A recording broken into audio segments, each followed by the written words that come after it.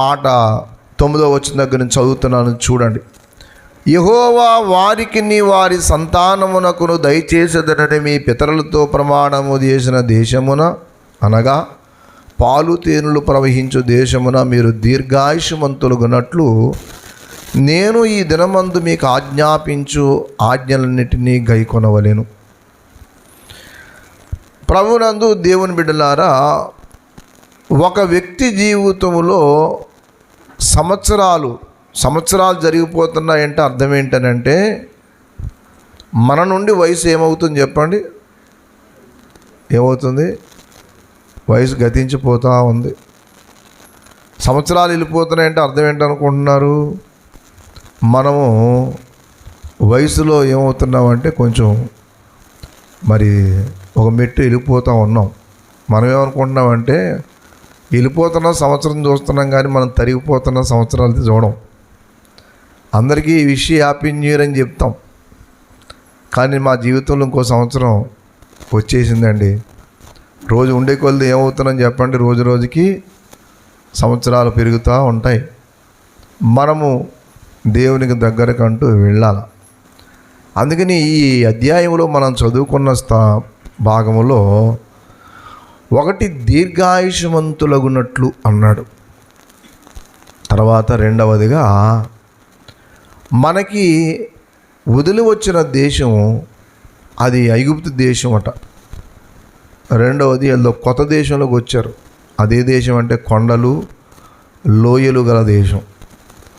కొండలు లోయలు గల దేశం ఎప్పుడు కూడా అదొక ప్రత్యేకమైన దేశం, ఒక బలమైన దేశం. అంతేకాదు అది ఎప్పుడూ ఒక జీవజల ప్రవాహంగా ఉండే దేశం. మూడవ మాట చెప్పాడు, ఆ దేశం కొండలు లోయలు గల దేశమే కాదు. 12వ వచనంలో అది ఆకాశ వర్ష జలము త్రాగును, అది నీ దేవుడని యెహోవా లక్ష్యపెట్టు దేశం. 11వ వచనంలో మాట్లాడుతూ ఆ 10-11లో అంటాడు, మొదటగా ఆ దేశం మీరు విడిచిపెట్టిన ఐగుప్తు దేశం అంటే ఇది కాదు, ఇది ఒక కొత్త దేశం. రెండవది ఏమన్నాడు అని అంటే అది కొండలు లోయలు గల దేశం. మూడవది అది ఆకాశ వర్ష జలము త్రాగు దేశం. నాలుగవదిగా అది దేవుడు లక్ష్యపెట్టు దేశం, అంటే దేవుడు దృష్టించే దేశం. ఇంకొక అద్భుతమైన మాట చెప్పాడు, నీ దేవుడని యెహోవా కన్నులు సంవత్సరాది మొదలుకొని సంవత్సరాంతం వరకు ఎల్లప్పుడూ దాని మీద. టోటల్గా చెప్పాలంటే దేవుని యొక్క దృష్టి దాని మీద ఉంది కాబట్టి ఆ రీతిగా ఆ దేశం సస్యశ్యామలం అవుతుంది. అది విషయం. ఒక వ్యక్తి జీవితంలో బాగా వినండి విషయం, నీవు ఫలించాలన్నా, నేను ఒక అభివృద్ధి చెందాలన్నా, మనం ఒక ఉన్నతమైన జీవితానికి వెళ్ళాలన్నా, మన మీద ఈ లోకంలో ఉన్న మనుషులు దృష్టి పెడితే మనం దిష్టి తగిలింది అనుకుంటాం కదా. వాళ్ళందరూ చూస్తే ఏమని చెప్పండి? దిష్టి తగిలిందండి బాబు అని. అందుకే కొంతమంది చిన్నప్పుడు పిల్లలకి ఇంత పెద్ద బొట్టు పెట్టి వాళ్ళు ఎవరి కళ్ళల్లో పడితే బాగోదని చెప్పేసి పిల్లలకి బోళ్ళు రకాల వ్యవహారాలు చేస్తారు. అసలు కారణం ఏంటంటే పాతకాలం నుంచి ఒక నానుడు ఉండిపోయింది. ఏంటా నానుడు అని అంటే పిల్లలకి దిష్టి తగిలిస్తుందేమో అని. అంటే ఎవరు దృష్టి అన్నా పడితే ఏం తగులుతుందంట?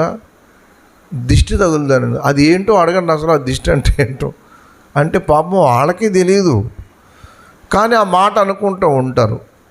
ఈ భూమి మీద ఉన్న మనుషులు కళ్ళు పడితే ఏం తగులుతుందో తగలదో మనకు తెలియదు, కానీ అది విషయంలో పెద్ద నమ్మవలసినంత ఆవశ్యకత లేదు. కానీ దేవుని దృష్టి అయితే మాత్రం మన మీద ఉండాలి. ఇది గుర్తుపెట్టుకోండి. ఎలాగ దేవుడి దృష్టి మన మీద ఉంటుంది, దేవుడు ఎలాగ మనల్ని చూస్తాడు అని అంటే, దయచేసి యెషయా గ్రంథము 66వ అధ్యాయము 2వ వచనం చూడండి. యెషయా గ్రంథం 66:2. అవన్నీ అమ్మా అవని అవి నా వలన కలిగినవని యెహోవా సెలవిచ్చుచు ఉన్నాడు. ఎవడు దీనుడై నలిగిన హృదయము గలవాడే ఆది నా మాట విని వణుకుచుండును. ఎవరిని దృష్టిస్తున్నాడమ్మా? ఎవడు దీనుడై నా మాట విని వణుకుచుండునో. అది ఎదుగుతున్న కొలది ఒదిగి ఉండాలనేది పెద్దల నానుడి. దేవుని వాక్యంలో ఏమంటాడంటే దీన మనసు కలిగి ఉండాలనేది దేవుని యొక్క వాక్యం. ఒక వ్యక్తి జీవితంలో ఎంతమంది మనుషులు పట్టించుకున్నా పట్టించుకోకపోయినా దేవుడు మనల్ని పట్టించుకోవాలనుకుంటే నువ్వు తప్పనిసరిగా ఏం చేయాలి తెలుసా? దేవుని యొక్క సన్నిధిలో దీనుడు అయి ఉండాలి. రక్షణ అందరికీ దొరకదు. అందరు అనుకుంటారు రక్షణ అందరికీ దొరుకుతుంది అనుకుంటారు. కాదు, ఎవరైతే దీనత్వం కలిగి ఉంటారో వాళ్ళకే రక్షణ. దేవుని యొక్క సన్నిధిలో ఆ మాట అన్నాడు. ఏమని చెప్పండి? ఎవడు దీనుడై నా మాట విని వణుకుచుండునో వానిని నేను దృష్టిస్తా ఉన్నా. అందరినీ పట్టించుకోను, నా మాట గౌరవించిన వాడికి. అందుకని ఇది మొదటి విషయం. ఆ దీనత్వం కలిగిన వ్యక్తులకు కూడా దేవుడు ఏం చేస్తాడంటే దృష్టించడమే కాదు, హెచ్చిస్తాడట. దీనత్వం ఉంటే ఏం చేస్తాడు చెప్పండి? హెచ్చిస్తాడు. ఇది గుర్తుపెట్టుకోండి. దేవుని దృష్టిలో కానీ మనం పడితే ఒక దీనత్వం ఉండాలా, విధేయత ఉండాలా. ఈ విషయం మీరు బాగా గుర్తుపెట్టుకోవాలి. దైవ సన్నిధికి వచ్చిన వ్యక్తికి ఎంత దీనత్వం ఉండాలనంటే మనం ఏం చదువుకున్నాము, లేకపోతే మన స్టేటస్ ఏంటనేది ప్రభు దగ్గరికి వచ్చిన తర్వాత అప్రస్తుతం. మనం ఎవరమన్నా కావచ్చు. అందుకే చాలామంది భక్తులు వారు చదువుకున్న చదువు క్వాలిఫికేషన్ వాళ్ళ యొక్క జీవితంలో ఏ రోజున పేర్లు పక్కన పెట్టుకోలే, ఊరికే పేర్లు. నన్ను చాలామంది అడుగుతూ ఉంటారు, మీరు ఏం చదువుకున్నారు సార్, మీ డిగ్రీలు చెప్పండి. నా డిగ్రీలతో మీకెందుకే, అసలు మీకు అవసరం ఏముంటుంది అంటే, అలా కాదండి, మీరు రెవరెండా డాక్టరా అని అడుగుతారు. రెండు కాదు అన్నాను, రెవరెండే కాదు డాక్టర్నే కాదు. మరి ఎవరు మీరు అంటే దేవుని సేవకుడు నేను వేసుకోండి, దైవజనుడు అని పెట్టుకోండి చాలు. చాలాసార్లు మీటింగ్కి వెళ్ళినప్పుడు అక్కడ పెడుతూ ఉంటారు. దీనత్వం ఉండాల. అంటే ఆ డిగ్రీ పెట్టుకుంటే దీనత్వం లేదని కాదు నా ఉద్దేశం. డిగ్రీ ఉన్నా లేకపోయినా మనం మాత్రం తప్పనిసరిగా దీన మనసు కలిగి ఉండటం చాలా ముఖ్యం.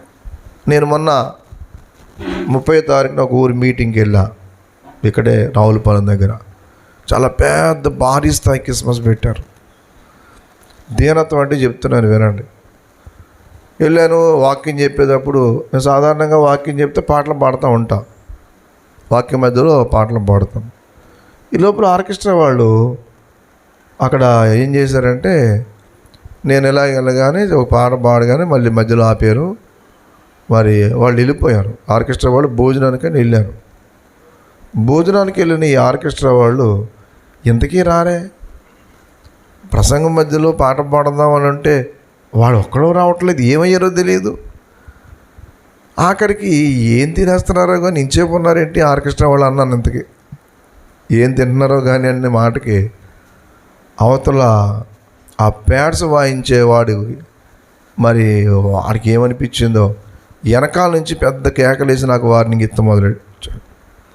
అంత పెద్ద మీటింగులో ఈ లోపల అక్కడ ఉన్న కుర్రోళ్ళు ఆపారు. అది ఆయనతో ఆయన ఏమన్నాడంటే, బాబు మీరు అలాగంతా రెచ్చిపోతున్నారు అని చెప్పి.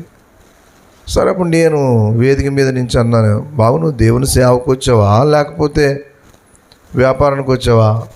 దేవుని సేవకు వచ్చిన వాడికి దేవుని పని చేయాలని దీనత్వం లేకపోతే ఎట్లాగయ్యా అని చెప్పి, మనం అందరం కలిస్తేనే దేవుని పని అవుతుంది.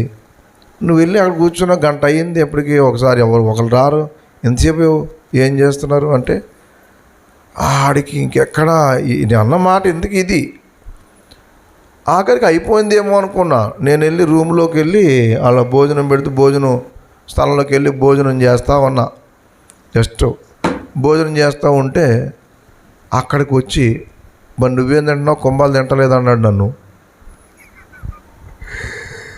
ఓరే అసలు నువ్వు ప్యాడ్స్ వాయించేవాడు దేవుని యొక్క సేవలో నేను అన్నమాట నువ్వన్న మాట నేను కుంభాలు తింటామంటే అంటే మరి కుంభాలు తింటున్నారా అని అడిగావు కదా అంటాడు. అసలు మర్యాద లేదు వాడికి. ఒకవేళ వయసులో వాడేమో నా కొడుకుతో సమానం, కనీసం వాడికి మర్యాద లేదు. ఆడంత ర్యాష్గా మాట్లాడితే నేను చెప్పా, నువ్వు ముందు దీనత్వం నేర్చుకోరా బాబు. చాలామందికి ఒక రకమైన అహంభావం ఉంటుంది. ఆఖరికి అక్కడ కుర్రవాళ్ళని బయటికి లాక్కెళ్ళి ఆడు నా మీద కొట్టేంత దూకుడు పని చేశాడు ఆ రోజు. దేవుని సేవలో ఒక వాయిద్యం వాయించడానికి వచ్చిన వాడు, ఒక ఆర్కెస్ట్రాలో దేవుని పనికని వచ్చిన వాడు అంత రేష్గా ఉన్నాడంటే వాడికి అసలు ఏం మారు మనసు ఉందనుకోవాలా? అసలు వాడికి ఏ రకమైన దీనత్వం ఉందనుకోవాలా? అందుకే ముందు ఒక మాట గుర్తుపెట్టుకోవాలి, దేవుడు లక్ష్య పెట్టాలి ఒక దేశాన్ని, ఒక వ్యక్తినన్నా సరే. అందుకే అన్నాడు అన్నమాట, అది నీ దేవుడిని యెహోవా లక్ష్య పెట్టు దేశము. అందరినీ లక్ష్య పెట్టడు, అందరినీ దేవుడు దృష్టించడు. నేను వాక్యం చెప్పొచ్చు, పాటలు పాడవచ్చు, ప్రసంగాలు ఎన్నన్నా చేయొచ్చు, కానీ నాలో దేవుడు కోరుకున్న దీనత్వం లేకపోతే దేవుడైతే పట్టించుకోడు. అందుకే ప్రతి వ్యక్తికి కూడా దీనత్వం అనేది చాలా ముఖ్యం. దీన్నే నూతనత్వం అంటారు. ఎవడు దీనుడై నా మాట విని వణుకుచుండును వానిని నేనేం చేస్తున్నాను? ముందు నువ్వు దేవునికి లోబడాల. యాకోబు పత్రిక 4వ అధ్యాయము దయచేసి 4వ వచనం దగ్గర నుంచి చూడండి. లోకానికి కాదు నువ్వు లోబడవలసింది, లోక స్నేహము ఎరుగరా. ఎవడి లోకముతో స్నేహము చెయ్యగోరునో వాడు దేవుడికి శత్రువుతాడు. లోక స్నేహము దేవునితో వైరం, పైపెచ్చు వాళ్ళని ఒక శారీరక పాపం చేసే, వ్యభిచారం చేసే, పాపం చేసేవాడికి పోల్చాడు. లోక స్నేహము దేవునితో వైరం అని మీరు ఎరగరా. ఎవడి లోకంతో స్నేహం చేస్తాడో వాడు దేవుడికి శత్రువగును. చదవాలి,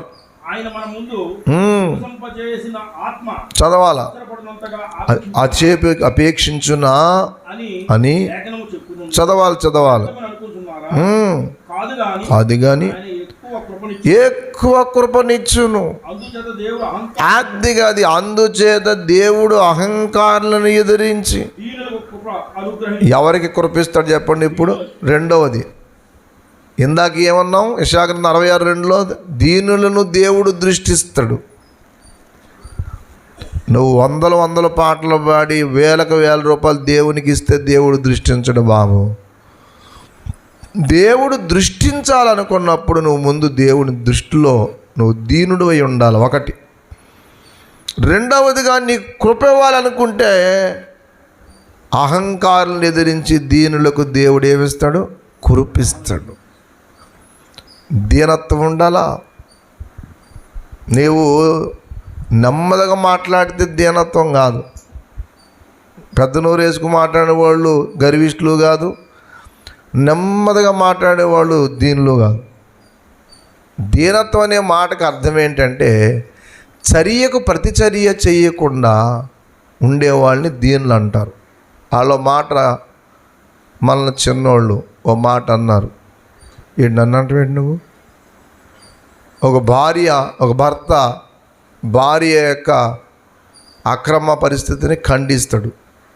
ఏంటమ్మా ఎంత లావిష్ ఖర్చు పెడుతున్నావు డబ్బులు, ఇదేం పద్ధతి నీకు అని చెప్పి ఈ రకంగా మనం ఉండటం మంచిది కాదు అని అంటే, మరి ఏం చేయమంటావు అని. ఇద్దరు కష్టార్జితము భార్యదైనా భర్తదైనా ఆ గృహాంది ఇష్టం వచ్చిన ఖర్చు పెట్టావు అనుకో, రేపొద్దు నువ్వే రోడ్డును పడతావు. ఇది మంచిది కాదు అని ఒక పెద్ద ఆయనో భర్తో ఇంట్లో ఉన్న అమ్మో నాన్నో అన్నారనుకోండి, ఏంటి మాకు చెప్పేది మీరు అని. ఇలాంటి టైపులో నువ్వు ఉన్నావంటే దీనుడువు కాదు. నువ్వు దీనత్వం ఉండగలిగిన మనిషివి కాదు. అయితే నీకు ఎక్కడ లేని అహంకారం, మెడబిరిస్తారం తలకెక్కింది. అప్పుడు ఏమవుతావంటే దేవుడు దృష్టిస్తాడు, నీకెంత గర్వం ఉందా అని చెప్పి గడ్డి మేపే స్థితికి తీసుకుపోతాడు. దేవుడు అహంకారులను ఎదిరించి దీనులకు కృప అనుగ్రహించును. దేవునికి స్తోత్రం. దీనులను దేవుడు దృష్టిస్తాడు. నంబర్ 1, నూతన సంవత్సరం నేర్చుకోవాల్సిన మొదటిది ఏంటంటే దీనత్వం. నువ్వు దేవుని దృష్టిలో ఉందాం అనుకుంటున్నావా, మనుషులు మెప్పిందాం అనుకుంటున్నావా, నీ ఇష్టం. ప్రభువుకు ఒకటే మాట ఉంటుంది, ఏంటంటే చెప్తాడు, బలవంతం చేయడు. ఏది మంచిదో ఏది చెడుదో దేవుడు వివరిస్తాడు, కానీ ఎవరిని బలవంత పెట్టడు. ఇది దేవుని లక్షణం. దేవునికి స్తోత్రం కలుగునుగాక. దేవుని బిడ్డలారా, నీకున్న దీనత్వం ఏంటో నువ్వు నేను పరీక్షించుకోవాలి. మనకున్న దీనత్వం ఏంటో పరీక్షించుకో. కొంతమంది మనసులో ఏదో పెట్టుకుంటారు, మనసులో పెట్టుకుని ఎలాగన్నా సరే కక్ష తీర్చుకోవాలనుకుంటారు. ఏంటి కక్ష తీర్చుకుని సాధించేది? నువ్వు అలాగే అనుకో, నువ్వు తిరిగి నష్టపోతావు. నువ్వు ఆ రీతిగానే ఊహించుకుంటూ ఉండు. నువ్వు ఏదన్నా ఒకటి కక్షతో ఏదన్నా చేద్దాం అనుకున్నావు అనుకో, ఏమీ చేయలేవు. కొన్ని రోజులు అనిపిస్తుంది నీకు. వాక్యంలో అంటాడు, నువ్వు ఏదైతే చేద్దాం అనుకున్నావో దాన్ని శిక్ష అనుభవించి తీరుతావు. నీకు కొన్నిసార్లు కొంతమంది యొక్క జీవితంలో ఒక రకమైన అహంభావంతో పెరుగుతారు. వాళ్ళు సంవత్సరాలు గడుస్తుంటాయి కానీ జీవితం మాత్రం నూతనంలో రాదు. బట్టలు కొత్తవి, తల కొత్తది, ఒంటినున్న వస్తువులన్నీ కొత్తవి, కానీ హృదయం మాత్రం పాతది. ఇవన్నీ కొత్తవి, పై విషయాలన్నీ కొత్తవి, కానీ హృదయం ఏంటి చెప్పండి? పాతది. దేవుడికి అది నచ్చదు. దేవుడు ఇవన్నీ మార్చుకున్నా నువ్వు మార్చుకోకపోయినా కానీ ఏమంటాడంటే, ఇవి కాదురా బాబు మాటలు మార్చుకోవాల్సింది. ఇంటికి రంగు మార్చుకోవాలి, అది తర్వాత సంగతి. ఒంటి మీద కొత్త బట్టలు వేసుకుంటావు లేదో, ఏదో సంవత్సరం అని పేరు చెప్పి ఏదో వేసుకున్నట్టు వేసుకుంటావు. కానీ దేవుడి ప్రశ్న ఏంటంటే, నూతనత్వంలోకి వచ్చావా? క్రొత్త జన్మలోకి వచ్చావా? ఒక క్రొత్త జన్మ అనేది ఒక వ్యక్తి యొక్క జీవితంలో చాలా ముఖ్యమైన విషయం. నీ హృదయంలో అహంకారం ఉన్నంత కాలము దేవుడు నిన్ను ఏమాత్రం పట్టించుకోడు, ఏమాత్రం కృపేవాడు. ఇది రెండవ విషయం. మూడవదిగా దీనత్వం ఉంటే ఇంకో చక్కటి మాట చెప్పాడు. పేతురు పత్రిక మొదటి పత్రిక 5వ అధ్యాయము 5వ వచనం. పేతురు పత్రిక మొదటి పత్రిక 5వ అధ్యాయం 5వ వచనం. చిన్నలారా మీరు పెద్దలకు లోబడండి, మీరందరూ ఎదుటివాని ఎడల దీన మనస్సును వస్త్రము ధరించుకొని మిమ్మును అలంకరించుకొనుడి. అది మళ్ళీ ఇక్కడ మొదలెట్టాడు. దేవుడు అహంకారాలను ఎదిరించి దేవునికి స్తోత్ర చదవాలి. దేవుడు తగిన సమయమందు హెచ్చించినట్లు, అది ఆయన బలిష్టమైన చేతి కింద దీన మనస్కులై, దేవునికి స్తోత్రం. ప్రతి చోట దీన మనస్సు. ఈ లోకంలో అన్నీ కలిగిన రాణి స్థానంలో ఉన్న ఎస్తేరు చరిత్ర మీరు చదివారనుకోండి, ఎస్తేరు గ్రంథం. ఆమె ఒక రాణి. ఎన్ని దేశాలకు రాణి తెలుసా? ఎన్ని దేశాలకు రాణి? 127 దేశాలకి రాణి. ఆశీర్వాదం ఎన్ని దేశాలకు అధికారి? 127 దేశములకు అధికారి. 127 దేశాలకి అధికారి చేసుకున్న రాణి ఎస్తేరు రాణి. 127 దేశాలకి అధికారి. కానీ వాక్యం ఏముంది తెలుసా? ఆమె అది వరకు ఎంత దీనత్వం కలిగి ఉందో రాణి స్థానంలోకి వచ్చినప్పుడు అంతే దీనత్వం. అందుకని చింతకాయల కథలా లేదు. చింతకాయల కథ తెలుసు కదా? అది ఆ చింతకాయల కథ ఏంటంటే, చింతకాయలు అమ్ముకుందని రాజుని ఒకసారి అడవిలో వెళ్తే రాజుగారు చూశాడంట. పిల్ల బాగుందే, దీన్ని చేసుకుని దాని పేరు మార్చి దాని జీవితం మారిస్తే బాగున్నా. అప్పుడు దాకా దానికి పేరు ఎల్లమ్మ పొలమ్మ. ఈ రాజుగారు చేసుకోగానే దానికి ఒక మంచి పేరు పెట్టాడు. అది మొత్తం మీద చివరి రాణి అని వచ్చారో ముందు ఏదో పేరు పెట్టాడు, రాణి అయ్యింది. ఈ రాజుగారి దగ్గర రాగానే ఇంకా బట్టలు మారిపోయి పేరు మారిపోయింది. మొన్నటిదాకా ఏమ పొలమా అని పిలిచిన వాళ్ళు ఇప్పుడు మొత్తం మీద పునీత్ రాణి ఏదో అయింది, మొత్తం మీద సువర్ణ రాణియో సంథింగ్ ఏదో అయితే ఆ రాజుగారు పాపం ఎక్కడ లేని మరి వాల్యూ అంత ఇచ్చాడు, ఆమెని అన్నిట్లో ముందెట్టాడు. ఎక్కడికి వెళ్ళినా రథం మీద, ఇప్పుడు రథాలు లేవు కాబట్టి పోనీ బెంచుకోరు అనుకోండి. ఇదివరకు కాళ్ళు నడకం లేదా, ఇప్పుడు బండి వచ్చింది, ఎక్కడికి వెళ్ళినా బండి వేసుకుని తీసుకెళ్ళే పరిస్థితి వచ్చింది. ఓ రోజు ఆ రాజుగారే సరదాగా చాలా కాలం అయింది, అలాగే విహారయాత్రకి వెళ్దాం, కొంచెం అడవులు చూసి వద్దాం అన్నాడు. అంటే వెళ్తాం మొదలెట్టు. ఇప్పుడు అమ్మగారు వస్త్రధారణ వేరు, అన్నీ వేరు. సరిగ్గా చింత చెట్టు దగ్గర రాగానే, ఏమిటి రాజా వంకరంకరం ఉన్నవి అన్నట్టు. అప్పుడు దాకా వంకరంకరం అమ్ముకుంది, ఆ చింతకాయలు ఏరుకొని అమ్ముకుంది. ఇప్పుడు పేరు మారి జీవితం మారేటప్పటికి కళ్ళు మారిపోయాయి. కొంతమందికి జీవితంలో చాలా మర్చిపోతారు. జాగ్రత్త ఎప్పుడు కూడా. నేను ఒకసారి వెళ్తూ చోట కారు ఆపి, నేను సీజన్లో తేగలు పడితే తేగలు, ఇగో ఈ అన్నయ్య గారు మనతో వస్తుంటారు, అడగండి, బుర్రగుంజు తేగలు జొన్నపొత్తులు ఎక్కడన్నా కనపడితే కొనుక్కు తింటాను, ఆగుతాను, కారులో పెట్టుకుని తింటా వెళ్తూ ఉంటాం. ఒకసారి వేరే వాళ్ళు ఎవరో మన కారు ఎక్కితే సరిగ్గా ఒక చోటకి వెళ్ళారు, తేగల్లో ఆగి తేగలు తింటుంటే, నన్ను తింటారా బ్రదర్ అంటే, తేగలు మీరు తింటారా అన్నాడు. తినకూడదా అన్నాను. ఇలాంటివి తింటారా? ఓరు నాయన అంత ప్యాషన్ వచ్చింది, ఇలాంటివి ఏంటి నాయన, సీజన్లో ఏదన్నా తింటాను, నాకు కూడా అర్థమైన గడ్డి తింటాను నేను, ఆరోగ్యానికి సంబంధించిన ప్రతిదీ తింటా, బుర్ర గుంజి తింటాను అంటే, అవునా బ్రదర్, అయ్యో నాకు అసలు ఇష్టమే ఉండవు అని. అవునులేండి, కొంచెం 4 ఏళ్ళు లోపలికి వెళ్తుంటే ఏమి ఇష్టం ఉంటాయి. కొంతమందికి దేవుడు ఇచ్చిన దాన్ని చాలా అహంభావంతో ఉంటారు.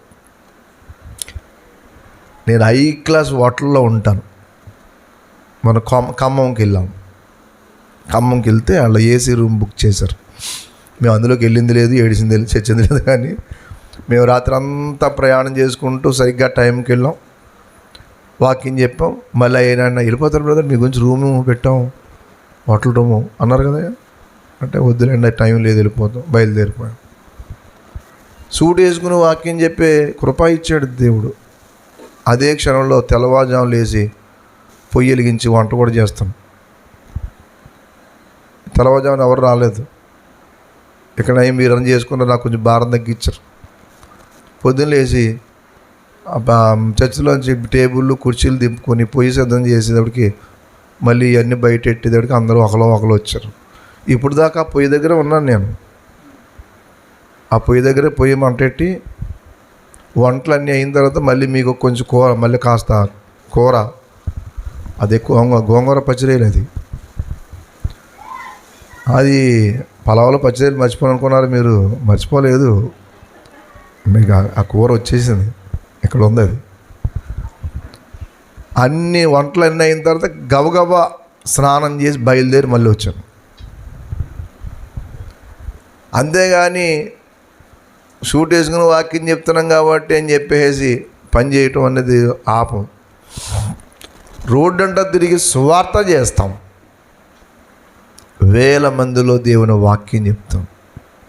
మీకు అప్పుడప్పుడు గ్రూపులో నేను వెళ్ళే మీటింగ్స్ ఫోటోలు ఎందుకు పెడతానంటే, నేనేదో గొప్ప పని చేస్తున్నాను, గొప్పగా నన్ను ఇచ్చేస్తారని చూస్తారని కాదు, ఆ పని చేయడానికి దేవుడు కృప ఇచ్చాడు.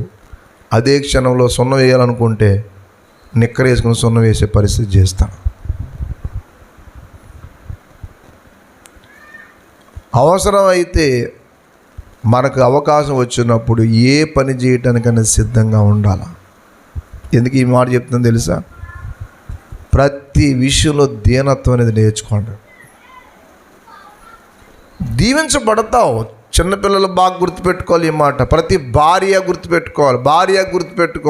మూడోసారి చెప్తున్నాను, ప్రతి భార్య గుర్తుపెట్టుకోవాలి. నాకు ఇది కావాలని చెప్పి అడిగి కొనిపించే తత్వానికి ఏ భార్య వెళ్ళకండి. ఆర్థిక పరిస్థితులు ఏంటో, కుటుంబ పరిస్థితులు ఏంటో, భవిష్యత్ పరిస్థితులు ఏంటో ఇవన్నీ అర్థం చేసుకోండి. పిల్లలు కూడా ఈ మాట గుర్తుపెట్టుకోండి. అమ్మ నాన్న ఎదుగు. అందుకే పిల్లలకి మీరు గొప్ప గొప్ప విషయాలు అలవాటు చేయకండి ఎప్పుడు. చాలామంది పిల్లలకి పని చేయటం నేర్పించరు. పని చేయటం, నేను ఎందుకు పని చేస్తానో రెండో విషయం చెప్తాను వినండి.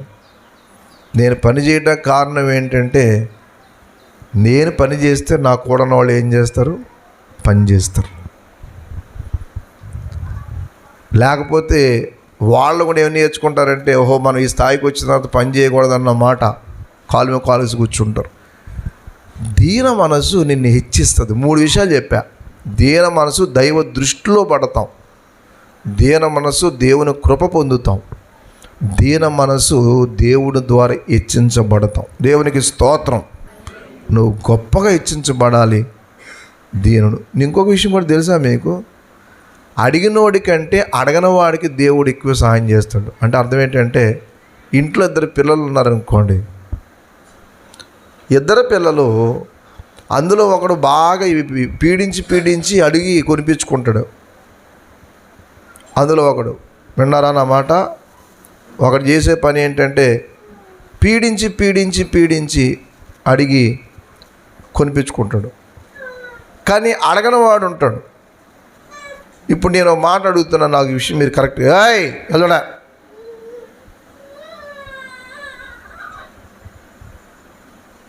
ఎవరన్నా వస్తే వెనక తిరిగి చూస్తారు, సోది.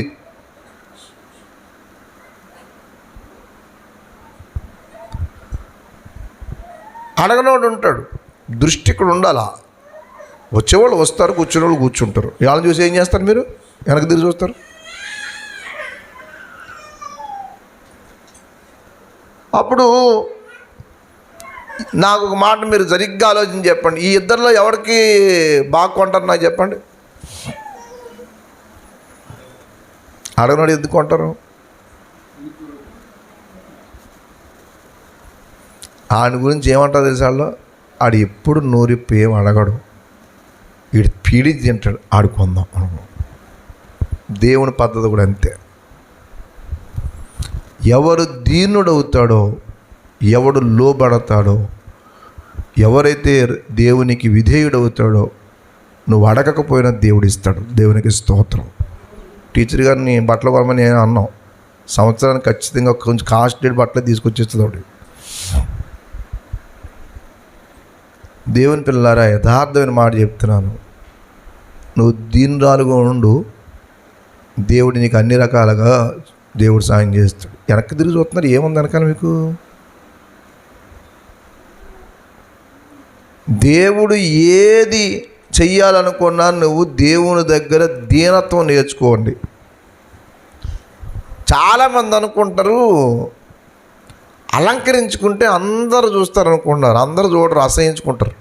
మా బాబోయ్ వీడికి చాలా ఎక్కడ లేని ప్యాషన్ అండి బాబు అని. ఓసారి ఒక కుర్రోడికి పెళ్లి సంబంధాలు వచ్చాయి. ఓ కుర్రోడు పెళ్లి సంబంధాలు వస్తే ఆ కుర్రోడి యొక్క తత్వం ఎవరికి అర్థం కాల. దరిదాపు ఒకేసారి 3-4 సంబంధాలు వచ్చాయి. అందులో 3 సంబంధాలు ఏం చేశారంటే ఎదురుకొంట పెట్టారు. ఈ కుర్రోడు ఏం చేశాడంటే చూశాడు అందరినీ. తల్లిదండ్రులు అడుగుతున్నారు, పెద్దలు ఏం బాబు అంటే చెప్తానండి అని చెప్పి ఒక సంబంధం సెలెక్ట్ చేశాడు. ఆ అమ్మాయిని చూడండి. అదేట్రా ఆ అమ్మాయిని కోరుకున్నావు అంటే ఏ అన్నాడంట. ఆ అమ్మాయి కనీసం ముఖానికి పౌడరే రాసుకోలేదు, ఎలా ఉంటే అలా వచ్చింది, ఆ కట్టుకున్న బట్టలతో వచ్చింది. వాళ్ళేమో చక్కగా తయారై ఎంత చక్కగా ఇవన్నీ అలంకరించుకొచ్చారు. వాళ్ళని చూస్తే అట్రాక్ట్ అయ్యే రోజులు అంత బ్యూటిఫుల్గా తయారై వచ్చారు. ఆ పువ్వులు పెట్టుకోవటం, ఆ ఐబ్రోస్ దొద్దుకోవటం, చక్కగా ఆ లిప్స్టిక్ వేసుకోవటం, ఇంత చక్కగా ఉన్నారంటే అందుకే వద్దన్నాను అన్నాడట. ఎందుకు వద్దన్నాను? ఆ కారణం చేత వద్దన్నాను. నా సంగతి ఇంకా మీకు పూర్తిగా తెలియదు. నన్ను కన్నారే కానీ మీరు నా విషయం మీకు ఇంకా అర్థం కాలేదని. అదేంట్రా అంటే మరి అవును, మరి వాళ్ళు ఇప్పుడే అలాగ అలంకరించుకుంటారైతే రేపు పొద్దున్న పెళ్ళి అయిన తర్వాత ఎంత ఇబ్బంది పెడతారో మీకు తెలియదు.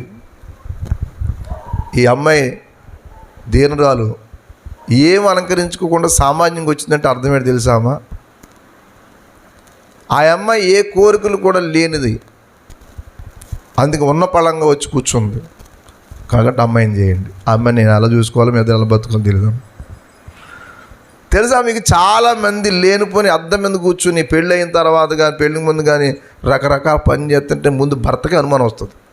ఓహో, దీనికి బాగానే పెరిగింది ఈ మధ్యన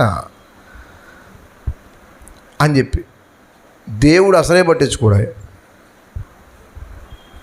మనం ఎప్పుడైనా సరే ఒక చూడ చక్కగా ఉండటమే కానీ, పెద్దలు మాట చెప్పారు, చక్కని అమ్మ చిక్కిన అందమేనట. చక్కని అమ్మ అంటే ఏంటి? చక్కనమ్మ అంటే చిక్కిన అందం అంటే అర్థం ఏంటంటే ఈ ముఖాన్ని చక్క చేసుకునేవాళ్ళు లేకపోతే లోకాన్ని చేసుకునేవాళ్ళు అని కాదు. అక్కడ ఆ ప్రతి పరిస్థితుల్లో చక్కదనం. కాబట్టి దేవుని బిడ్డలారా, దీనత్వం అనేది ఒక మనిషిని ఏం చేస్తుంది చెప్పండి? దేవుని దృష్టికి తీసుకెళ్తుంది. రెండోది ఏం చేస్తుంది చెప్పండి? కృప పొందినట్లు చేస్తుంది. మూడోది ఏం చెప్పండి? హెచ్చించినట్టు చేస్తుంది. దేవుడు హెచ్చిస్తాడు ఆ స్థాయిలో. ఇన్ఫోసిస్ స్థాపకురాలు అమ్మగారి పేరు ఏం పేరు? ఇన్ఫోసిస్ సాఫ్ట్వేర్ కంపెనీ ఉంది కదా బెంగళూరులో, సుధామూర్తి నారాయణమూర్తి గారి యొక్క భార్య. మీరు ఎప్పుడన్నా అమ్మగారిని చూసారా? ఆవిడేం క్రిస్టియన్ కాదు, సీజనల్ క్రిస్టియన్, కానీ వేల పుస్తకాలు చదువుతుంది. ఓసారి ఆర్డినరీ క్లాస్ బిజినెస్ క్లాసులో ఆవిడ ఏ క్లాసులోనూ ప్రయాణం చేస్తుంది ఫ్లైట్లో. ఆవిడేం చిన్నదేటి, కోట్ల రూపాయల అధిపతి. ఓ రోజున ఫ్లైట్కి వెళ్తూ ఉంది, ఓ లైన్లో నుంచుందంట. ఈవిడికి ఆ వస్త్రధారణ ఈవిడ పద్ధతి చూసి ఆ లైన్లో నుంచున్నామే. This is not ordinary class, this is a business class route, madam please go that side అంటే ఈవిడ నవ్వి ఒక ఐనో అన్నదట ఈవిడ అని చెప్పింది. మొత్తం మీద ఫ్లైట్ ఎక్కింది. ఇంతకీ ఈమె ఒకే కాన్ఫరెన్స్కి మాట్లాడడానికి వెళ్తున్నారు. ఆ కాన్ఫరెన్స్లో సుధానారాయణమూర్తి గారు వచ్చి మాట్లాడతారని చెప్పి చెప్తా ఈవిడ వెళ్తే ఇందాక అడిగింది కదా, అని చెప్పింది కదా, this is not a business class line అని చెప్పి, ఆర్డినరీ క్లాస్ అని చెప్పి, ఆమె చూసి ఏంటి అని చెప్పి పరిగెట్టుకుంటూ వెళ్ళి, వెరీ సారీ మేడం, నేను పొరపాటున మిమ్మల్ని అండర్ ఎస్టిమేట్ చేసి మిమ్మల్ని ఇంకోలాగా అనుకున్నాను అని చెప్పి ఆ అమ్మగారు అన్నారంట, నో ప్రాబ్లం అని చెప్పి. చాలామంది డబ్బులు లేనప్పుడేమో ఇంకొకలాగా ఉంటారు, డబ్బులు వచ్చినప్పుడు ఇంకోలా మారిపోతారు. ఇదే పెద్ద నష్టం తీసుకొస్తుంది దాంట్లో. దేవుడు నిన్ను లక్ష్య పెట్టిన రోజున, నీ జీవితంలో దేవుని యొక్క ఆత్మ నీ మీద ఉన్న రోజున నువ్వు ఎలాగున్నా కానీ ఆకర్షించబడతావు. ఎలాగున్నా సరే దేవుడు నిన్నేం చేస్తాడంటే హెచ్చిస్తాడు. దేవునికి స్తోత్రం కలగా. ముందు దేవునికి స్థానం ఇవ్వండి, దేవుడు ఏం చేస్తాడు ఆ పని చేస్తాడు. సామెతల గ్రంథం 29వ అధ్యాయం 23వ వచనం. సామెతలు 29:23 త్వరగా చూడాలా. చాలా విషయాలు చెప్దాం అనుకున్నాను కానీ మళ్ళీ అక్కడికి వెళ్ళాలి. చదువుతలే. ఎవని గర్వము వానిని తగ్గించును, దేవునికి స్తోత్రం కలుగును గాక. 4వ మేలు చెప్పండి, దీనుడికి ఘనత. ఏమని చెప్పండి? ఘనత. నువ్వు చెప్పిన మాటకు ముందు లోబడమ్మా. అనవసరంగా నోరు ఇప్పకు. ఈ నూతన సంవత్సరంలో నువ్వు ముందు మొదట నేర్చుకోవాల్సింది ఏంటి తెలుసా? దీనత్వము. మొదటిది. సంవత్సరం కొత్తదయ్యి ఇషి హ్యాపీ న్యూ ఇయర్, ఇషి హ్యాపీ న్యూ ఇయర్, నీ మొహం హ్యాపీ న్యూ ఇయర్. పాత హృదయమో కొత్త మాటనే. హృదయం అంతా పాతది. నువ్వు మారాలి. ముందు మారాలి నీ మనసు, మారాలి నీ మనసు, మారాలి నీ మనసు, మారాలి నీ మనసు. యేసుని చేరగా పరుగిడవా, జాగిక నేల ప్రియ సోదరా, యేసుని చేరగా పరుగిడవా, జాగిక నేలను ప్రియ సోదరి, మారాలి నీ మనసు, మారాలి నీ మనసు, మారాలి నీ మనసు, మారాలి నీ మనసు. యెహెజ్కేలు గ్రంథము 36వ అధ్యాయం 26వ వచనంలో అంటాడు, నూతన హృదయం మీకు ఇచ్చేదను, నూతన స్వభావం మీకు కలగజేసేదను. యెహెజ్కేలు గ్రంథము 36వ అధ్యాయము 20, దయచేసి 5వ వచనం దగ్గర నుంచి చూడండి. మీ అపవిత్రత యావత్తు చదవాలి, చల్లుదను, మీ విగ్రహం వల్ల మీకు కలిగిన తీసివేసి నూతన హృదయం మీకు ఇస్తాను, నూతన స్వభావముని కలగజేస్తాను, మాంసము గుండెనిస్తాను. దేవునికి స్తోత్రం. నా ఆత్మను మీ అందుంచి, అది ఇది విషయం. డబ్బులు వచ్చిన తర్వాత, డబ్బులు రాకముందు నువ్వు వంట చేసుకున్నట్లే డబ్బులు వచ్చినప్పుడు కూడా చేసుకోవాలా, అంతేగాని జమాటా బుక్ చేద్దాం, డబ్బులు ఉన్నాయిగా, ఇప్పుడు ఏంటి వంట చేసుకుంటుంది ఏంటి. చాలామంది జీవితంలో పొయ్యి వెలిగించి ఇంట్లో వంట చేస్తాం చేదు కదట. మన సంఘంలో ఉన్న ఒక అమ్మగారు, ఒక చెల్లి చెప్తా ఉంది ఒకరి గురించి, వేరే కుటుంబం చాలా ప్రభు నమ్మలేదు కానీ దరిదాపు 20 సంవత్సరాలు పైబడే ఇంట్లో వంట అనేది చేయట్లేదట ఆవిడ. అదేట మరి ఎలాగన్నాడు, బయట బుక్ చేసుకుంటుందని. అవునా, ఎలాగా అన్నా. ఏముందండి, ఒక సంవత్సరం 1 ఎకరం అమ్ముతారు, పొలం అయితే ఉన్నాయట, అమ్మి అని ఆ డబ్బులు ఖర్చు అయ్యే వరకు మొత్తం మళ్ళీ ఇంకొక ఎకరం అమ్ముతారు. ఇలా మొత్తం ఉన్న ఎకరాలన్నీ అమ్మేసుకున్నారండి. దేనికోసం తెలుసా మీకు? కేవలం ఇంట్లో వంట చేసుకుంటూ బయట తింటాం. అప్పుడు ఇలాగా ఆ తిండి తిని ఇంత లావయ్యి గుండె జబ్బు వచ్చిందంట. మొత్తం వాళ్ళకి ఇంట్లో ఉన్న వాళ్ళందరికీ జబ్బులతో హాస్పిటల్కి కొంత ఖర్చు. చక్కగా పొయ్యి దగ్గర కూర్చుని వండుకుంటే కొంచెం ఆరోగ్యం అన్నా ఉండేది. ఆరోగ్యం పోయిందాయే. తర్వాత ఇంకేం పోయింది తెలుసా మీకు? ఆరోగ్యం బాగోవటం ఒకటే కాదు, ఆరోగ్యంతో పాటు ఆర్థిక పరిస్థితి దిగజారిపోయింది. కొంతమందికి డబ్బులు రాగానే గర్వం పెరిగిపోద్ది, పదవి రాగానే గర్వం పెరిగిపోద్ది, కొన్ని రాగానే గర్వం పెరిగిపోయి ఇంకేముండదు. ఉందా? నేను అడుగుతున్న మాట ఏంటి తెలుసా? నువ్వు ఏ స్థితిలో ఉన్నా, ఏ స్థాయిలో తగ్గింపు అనేది మర్చిపోకు. అందుకే ఇది 4వ మేలు. తగ్గింపు వల్ల దేవుడు దృష్టిస్తాడు. తగ్గింపు వల్ల ఏం చేస్తాడు? కృపిస్తాడు. తగ్గింపు వల్ల దేవుడు ఏమిస్తాడు చెప్పండి? హెచ్చిస్తాడు. తగ్గింపు వల్ల ఏమిస్తాడు చెప్పండి? ఘనతిస్తాడు. ఏం చేద్దాం అనుకుంటున్నా? మన ఇష్టం. నూతన సంవత్సరాలు ఏం చేద్దాం అనుకుంటున్నావు చెప్పు. మొదటిది తగ్గింపు, రెండోది కష్టించడం. ఒకటి తగ్గించుకోవటం, రెండోది ఏం చేయటం? కష్టపడటం. ఈ రెండో పని కూడా గుర్తుపెట్టుకోండి. ఆదికాండము 26, 3 సంగతులు చెప్తాను, చాలా సమయం అయ్యింది. ఆదికాండం 26:12, 26:12. ఇస్సాకు ఆ దేశమందున్న వాడై, అమ్మ చదువు తల్లి, ఆ మనుషుడు ఏమాయను?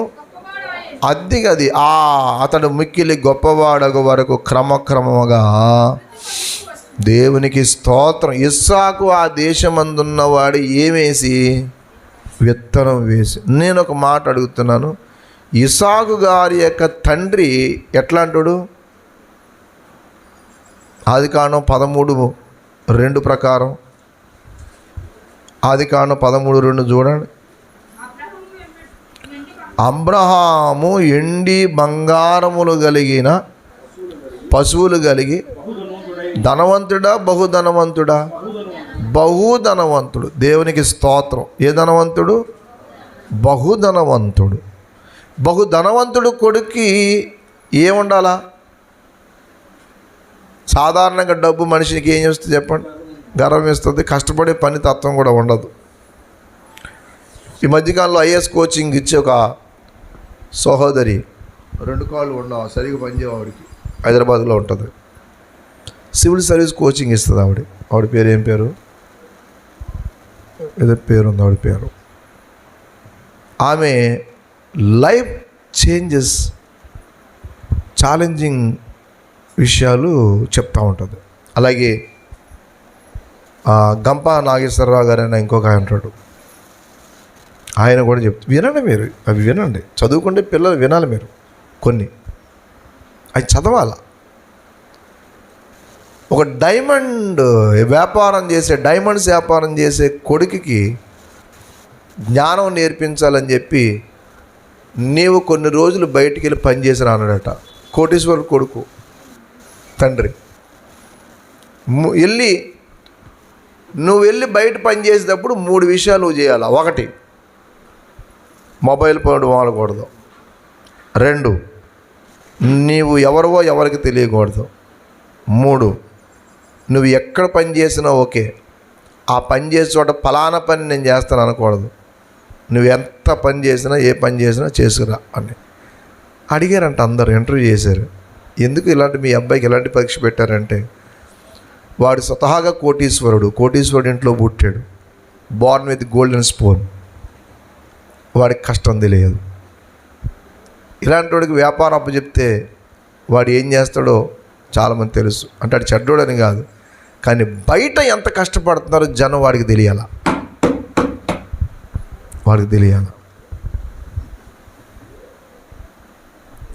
ఆ విషయం అబ్బాయిని అడిగారు, ఎలా ఉంది ఎక్స్పీరియన్స్ అంటే, ఇలాంటి ఎక్స్పీరియన్స్ ప్రతి కొడుకు కూడా పొందుకోవాలన్నట్టు. దేవునికి స్తోత్రం.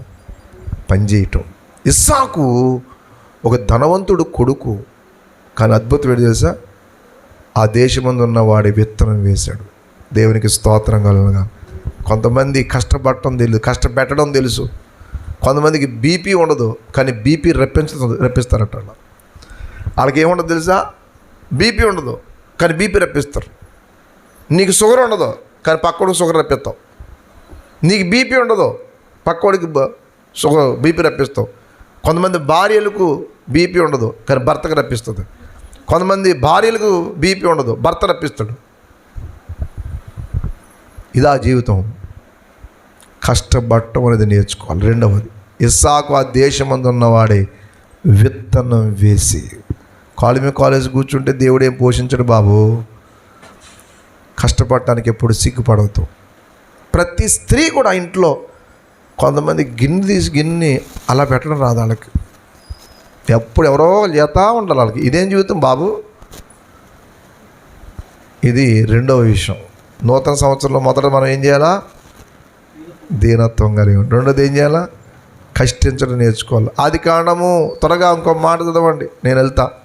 ఆదికాండము 40వ అధ్యాయము అనుకుంటా, చూడండి, ఒక చక్కటి మాట ఉంటుంది చూడండి. ఆదికాండము 30, ఒక మంచి మాట ఉంది. 31వ అధ్యాయము 40వ వచనం, 31:40. పగటి ఎండకు రాత్రి మంచుకు నేను క్షీణించిపోతిని. ఇదివరకు చూసారా, రాత్రి మంచుకు పగలు ఎండకు క్షీణించిపోయాడు. నిద్ర నా కన్నులకి ఏమయ్యాను. యాకోబు అంత ఉన్నత స్థాయికి వెళ్ళడానికి కారణం ఏంటి తెలుసా, అంత కష్టజీవి. యవన బిడ్డలు మీరు ఈ కష్టపడటం నేర్చుకోండి. 3వది, మనం హెచ్చించబడాలనుకున్నప్పుడు 3వ విషయం కూడా చెప్తున్నా. 3వది ఏంటి తెలుసా, ప్రార్థన, వాక్యము, విశ్వాస, సహవాస జీవితం చాలా అవసరం. నేను అవి లేకుండా ఇవన్నీ చేయమంటలేదు. ప్రార్థన ఉండాలి, వాక్య ధ్యానం ఉండాలి, అదే క్షణంలో నీకు దేవుని బిడ్డల సహవాసం ఉండాలి. ఏదో చర్చకొచ్చి వెళ్ళిపోతానంటే కుదరదు. మారు మనసు పొందిన అనుభవం ఉన్నప్పుడు అవన్నీ ఎవరు చెప్పకుండానే చేస్తాం. రక్షణానుభవం లేకపోతే ఏమీ రావు. రక్షణానుభవం పొందినవాడు దీనుడవుతాడు. రక్షణానుభవం పొందినవాడు కష్టపడతాడు. ఎవరిని కష్టపెట్టాక ఇష్టపడ్డావు, కష్టపడతాడు. ఇతరులను ఇబ్బంది పెడతాక ఇష్టపడ్డావు. నువ్వు ఇబ్బంది పెడుతున్నావు అంటే అర్థం ఏంటంటే రక్షణానుభవాలు లేవు. ఇతరులను ఇబ్బంది పెడుతున్నావు, ఇంట్లో వాళ్ళని బాధ పెడుతున్నావు, నీకు అసలు రక్షణ అనుభవం లేదు. రక్షణ అనుభవం మనుషుల్ని ఏం చేద్ది అంటే దీనులు చేస్తుంది. రక్షణ అనుభవం మనుషుల్ని ఏం చేద్ది అంటే ఒక ఉన్నతమైన స్థాయికి తీసుకెళ్తుంది. దేవునికి స్తోత్రం. అందుకే ప్రార్థన వాక్యం అనేది చాలా అవసరం. అవి చెప్పకుండా నేను ఇది చెప్తున్నాను అనుకున్నారు కనుక అవి ఉంటే నీ ఎన్ని ఉంటాయి. ఈ విషయంలో మూడవది ఏంటంటే, దేవుని దగ్గర మూడో విషయం కూడా ఉంది. నువ్వు హెచ్చించబడాలనుకున్నప్పుడు, నువ్వు బాగా ఉన్నతమైన స్థాయికి వెళ్ళాలనుకున్నప్పుడు చేయవలసిన ఇంకో పని కూడా ఉంది. దీన్ని ఏమంటారంటే ఉపకార బుద్ధి. ఏ బుద్ధి చెప్పండి? ఉపకార బుద్ధి. దేవుడు ఏం చేస్తాడు తెలుసా? ఉపకార బుద్ధి ఉన్న వాళ్ళని హెచ్చిస్తాడు. అపకార బుద్ధి పెట్టుకోకు, ఉపకార బుద్ధి. ఉపకారం అంటే ఏంటి అర్థం? ఉపకారం అంటే ఏంటి చెప్పండి? ఏంటి ఆ సహకార బుద్ధి? ప్రతి విషయంలో నీ ఇంటి వారికి సహకరించాలి. పురుషుల స్త్రీల ఎవరైనా ఒకటి. రెండవది, ఇంటి వారికి సహకరించు ఒకటే కాదు, నీ ఇంటి వారికి నువ్వు సహకారంగా ఉండాలి, కానీ వికారంగా ఉండకూడదు. కొంతమంది వికారంగా తయారవుతారు. వాళ్ళు చూస్తేనే ఒళ్ళు మండిపోతున్నట్టు ఉంటుంది. నువ్వు ఒక సహకారంగా ఉండాలి. అందుకనే నేను అప్పుడప్పుడు పెళ్లి చేసినప్పుడు చెప్తాను, దేవుడు స్త్రీని కానీ పురుషుని కానీ ఒకరికొకరికి సాటి అయిన సహకారి అని స్త్రీతో చెప్తాడు. స్త్రీతో చేసినప్పుడు అంటాడు, సాటి అయిన సహకారిగా ఉన్నట్టు అని చెప్పి. ఈ సాటి అయిన సహకారం అట్టే పెట్టండి, కాటికి తీసుకుపోతారు కొంతమందిలో. ఎక్కడికి చెప్పండి? కాటికి అంటే సమాధికి. 5 రకాల సహకారంగా ఉండాలట.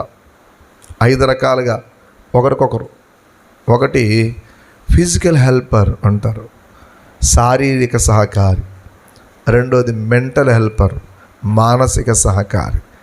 మూడవదిగా స్పిరిచువల్ హెల్పర్, ఆధ్యాత్మిక సహకారి. నాలుగవదిగా సోషలాజికల్ హెల్పర్, సామాజిక సహకారి. ఐదవదిగా ఎమోషనల్ హెల్పర్. స్త్రీ ఎన్ని రకాల సహకారి? ఎన్ని చెప్పాను నేను? ఫిజికల్. నెంబర్ 2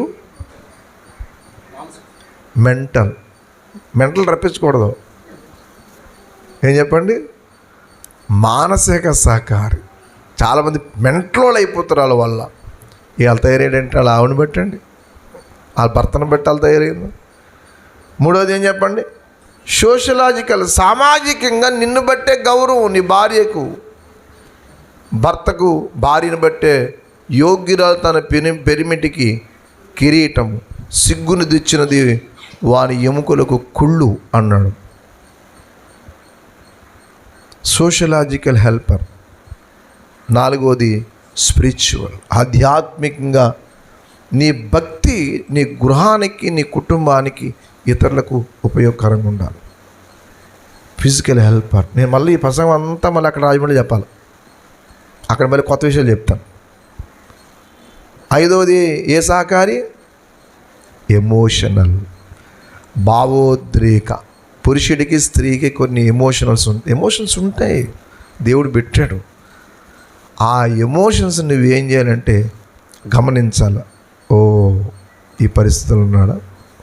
నీకు అర్థంగా నేను నోరిపు చెప్తే మీరు సిగ్గుపడిపోతారని చెప్పి కొన్ని చెప్పను, కానీ చెప్తాను కొన్ని. ఇక్కడ చిన్నపిల్లలు ఉన్నారు, యవనస్తులు ఉన్నారు కాబట్టి కొన్ని చెప్పలేను, కానీ ఫ్యామిలీ రిట్రీట్ చెప్తే మీరు తలెత్తుకోలేరు. చాలామందికి ఫ్యామిలీ మ్యాటర్ తెలియదు. దేవుడు నాకు అన్నీ నేర్పించాడు. ఎమోషనల్గా ఒకరికొకరు అక్కడ దాపరకం ఏమి ఉండదు. నువ్వు వేరే వాళ్ళతో ఎమోషన్గా ఉండొద్దు. ఒక్కసారి నువ్వు ఒక వ్యక్తితో కమిట్ అయ్యావంటే, భర్తతో భార్యతో, ఇంకా దర్శాలు అక్కడితో క్లోజ్. వేరే పెళ్ళి కాకముందు ఎలా ఉన్నావో ఏంటో, అదొక చెత్త జీవితం. పెళ్ళి అయ్యింది, అక్కడితో నువ్వు ప్రతిదానికి క్లోజ్ పెట్టి, ఇక్కడ నువ్వు ఎమోషన్స్ నువ్వు ఇక్కడ వ్యక్తపరచుకోవాలి మీ ఇద్దరి మధ్య. అదర్వైజ్ దట్ ఈస్ సిన్, పాపం. దేవుడు వ్యభిచారులకు, వేశ్యాసంగులకు తీర్పు తీర్చును. ఎబ్రీ పత్రిక 13వ అధ్యాయం 5-4 వచనం. కాబట్టి సహకారిగా ఉండటం నేర్చుకోవాలా, హెల్పర్స్గా ఉండాలి నేర్చుకోవాలి. హార్మ్ఫుల్గా ఉండొద్దు, హెల్పర్గా ఉండు. హార్మ్ఫుల్ అంటే ప్రమాదకరం. కాబట్టి ఈ సంవత్సరంలో మనం ఏం చేద్దాం? ఇప్పుడు నాకు చెప్పండి, చెప్పాలి. నేను 3 చెప్పాను. 3 విషయాలే.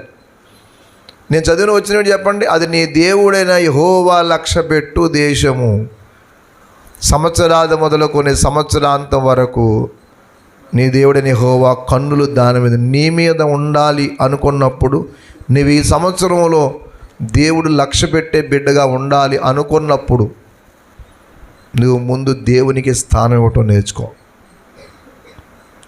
దేవుని దగ్గర సంపూర్ణ మారు మనసు పొందు. మొన్న 31వ తారీఖు నిన్న బాప్తీసం అని చెప్పి ప్రకటన చేశాను. ఇక్కడ ఎవరికి బాప్తీసం గురించి పెద్దగా ఉండదు. నేను పెళ్ళికి బాప్తీసం ఏమైనా ఉండవు. పెళ్ళి వచ్చే నెలండి, ఈ నెలలో బాప్తీసం అంటే ఎక్కడికైనా వెళ్ళి తీసుకోవడం తప్పిస్తే నేను మాత్రం ఇవ్వను. నువ్వు మారు మనసు పొందితేనే బాప్తీసం. ఎవరికి ఇక్కడ పెద్దగా పట్టించుకోలేదు. కానీ ఐటీ ఎంప్లాయీ ఒక అమ్మాయి వచ్చింది. అక్కడ నాకు బాప్తీసం కావాలా అయ్యా అని. ప్రభువుని సంపూర్ణ నమ్మాం. సంపూర్ణంగా మార్చుకోయితే అన్నీ చేయించి ప్రార్థన చేయించాం, తీసుకెళ్ళి బాప్తీసం ఇచ్చాం. బాప్తీసం లేని ప్రతి వ్యక్తికి చర్చిలో ఉండొచ్చేమో కానీ క్రీస్తుకు బయట ఉంటాం. నువ్వు ఎన్నైనా చేసుకో, రక్షణ అనుభవం లేని ఏ ఒక్క వ్యక్తి కూడా దీనుడిగా ఉండటం కష్టం. కొన్ని విషయాలు ఉండొచ్చు, కొన్ని విషయాలు ఉండలేవు. కాబట్టి మొదటగా దీనత్వము, రెండవది కష్టించే తత్వము, మూడవది ఉపకారం చేసే తత్వము. ఉపకార బుద్ధి అంటారు. ఈ ఉపకారం ముగ్గురికి చేయాలా. ఒకటి దేవుని యొక్క సేవకులకు, రెండవది నిస్సహాయులకు, మూడవది సంఘంలో ఉన్న బిడ్డలకు. ఎన్ని చెప్పాను చెప్పండి ఇప్పుడు? 3. ఒకటేంటి? దీనత్వం. రెండేంటి? కష్టపడే తత్వం. మూడోది ఏంటి చెప్పండి? ఉపకారం చేసే తత్వం. ఈ 3 కలిగి ఉండండి. ఈ నూతన సంవత్సరంలో మీరు తప్పనిసరిగా వచ్చే డిసెంబర్ కల్లా మంచి సాక్ష్యం చెప్తారు. 3 ఆభరణాలు కలిగి ఉండండి. మీరు గ్యారంటీగా ఒక ఉన్నతమైన సాక్ష్యం చెప్తారు. నేను ఈ 3 అమలు చేసుకున్నాను. నేను మీరు ఏ వాగ్దానం చేసుకున్నారు, ఏ వాగ్దానం చదువుకున్నారో ఇవన్నీ ఓకే, కానీ ఆ వాగ్దానంతో పాటు ఈ ఆజ్ఞ పాటించండి. రక్షణ లేదా? బాప్తీసం తీసుకుని ప్రభుత్వం నడువు, భర్తకు లోబడు, భార్యను ప్రేమించు, అమ్మా నాన్నకు లోబడు. చాలా విషయాలు కానీ సమయం బట్టి క్లుప్తీకరిస్తున్నా. ఎప్పుడు ఈ పని చేస్తావో దీవించబడతావు. అటువంటి కృప పరిశుద్ధాత్మ దేవుడు మనందరికి దయచేయను గాక. మోకరించండి, ప్రార్థన చేద్దాం. మోకరించండి. దేవా, పాత సంవత్సరం పోయింది, కొత్త సంవత్సరంలోకి వచ్చాను. నాలో చాలా పిసినారుతనం ఉంది, ఉపకార బుద్ధి లేదు. నువ్వు దీవించబడకపోవడం కారణం ఏంటి తెలుసా? ఉపకారం చేయకపోవడం కూడా అది నష్టం. వెదజల్లి అభివృద్ధి పొందువారు కలరు. దేవుని భాగాన్ని దేవునికి, ఇతరులకు సాయం చేసి ఇతరులకు సాయం చేయి. నీ గృహస్థులకు ఇవ్వాల్సింది నువ్వు చేయి. నువ్వు చేయవలసింది చేయి, దేవుడు నీకు చేస్తాడు. అంతేగాని పిసినారిగా నీ శారీరక సోకుల కోసం, శారీరక అవసరాల కోసం అది ఖర్చు పెట్టుకో. అనవసరంగా మనుషులు మెచ్చుకోవాలనే ఉద్దేశంతో చేయకి. ఎప్పుడు నిస్సహాయులకు సహాయం చేయి, దిక్కులేని బిడ్డలకు చేయి చాపు. అప్పుడు దేవుడు నేను దీవిస్తాడు. నేను జ్ఞాని కదా అనుకోకు. నీ ప్రవర్తనత మీద ఆయన అధికారాన్ని ఒప్పుకో. దీన మనసు కలిగి ఉన్నప్పుడు దేవుడు దృష్టిస్తాడు. దీన మనసు కలిగితే కృపిస్తాడు. దీన మనసు కలిగితే హెచ్చిస్తాడు. దీన మనసు ఘనత ఇస్తుంది. నువ్వు ఒక సహకారివి. నీ గృహంలో నువ్వు మానసికంగా, శారీరకంగా, ఆధ్యాత్మికంగా, భావోద్రేక అన్ని రకాలుగా నువ్వు సహకారంగా ఉండాలి. ఈ సంవత్సరం నువ్వు ఏమనుకుంటున్నావు? అంతేగాని కుటుంబాన్ని పాడు చేసుకుని, జీవితాన్ని పాడు చేసుకుని ఇదికి ఉండకు. ప్రేమ కలిగిన తండ్రి, పరిశుద్ధుడా, వందనాలు. సమయంలో నీవు ఇచ్చిన కృపను బట్టి నిన్ను స్తుతిస్తూ ఉంటున్నావు. కూడి వచ్చిన ప్రతి బిడ్డను దర్శించండి. ఈ సంవత్సరంలో ఒక నూతన హృదయంతో, నూతన ప్రభాన తండ్రి నాయన జీవితంతో జీవించకుండా ఇంకా ఎవరైతే ఉన్నారో వారి ఈ సంవత్సరంలో నూతనత్వంలోకి వచ్చి నీతో వదిలడానికి కావాల్సిన కృపేవాడిని నీ హస్తాన్ని చాచి బలపరచండి తండ్రి. నీ వాక్యములో, ప్రార్థనలో సహవాసం ఈ సంవత్సరం వర్ధలు చేయండి నాయన. గత సంవత్సరం నీ బిడ్డలు మేము పొందిన ఇబ్బంది నీకు తెలుసు. ఆ ఇబ్బంది అంతా తప్పించు. మీరే కనికరించండి, మీ రక్తాన్ని ప్రోక్షించండి. కావలసిన తండ్రి నాయన ఆరోగ్యాలు, అన్నిటికంటే ముఖ్యంగా భక్తి జీవితంలో అభివృద్ధి నిమ్మని యేసయ్య నామములో స్తుతించి కనపరిచి వేడుచున్నాం తండ్రి. ఆమేన్.